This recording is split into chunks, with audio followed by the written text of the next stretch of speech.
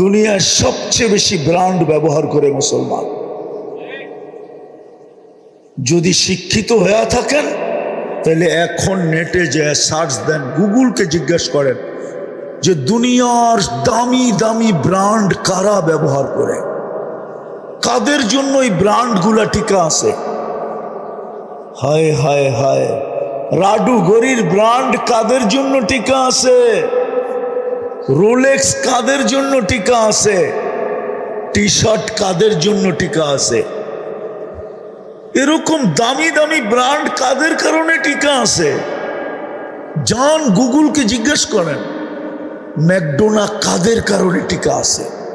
McDonagh সবচেয়ে বেশি মুসলমান খায়, কেএফসি সবচেয়ে বেশি মুসলমান খায়, দুনিয়ার দামি দামি ব্র্যান্ড সবচেয়ে বেশি মুসলমান খায়। দামি দামি ব্র্যান্ড, সব ব্র্যান্ড টিকা আছে শুধু মুসলমানের কারণে।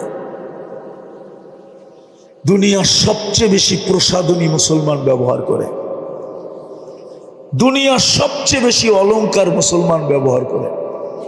বিশ্বাস হয় না? হয় হয় না? মানে ঠিক না?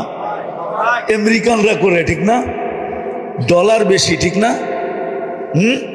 ইংল্যান্ড, কানাডা, অস্ট্রেলিয়া, আরে বলেন না, জাপান, কোরিয়া, বলেন না, ইউরোপ।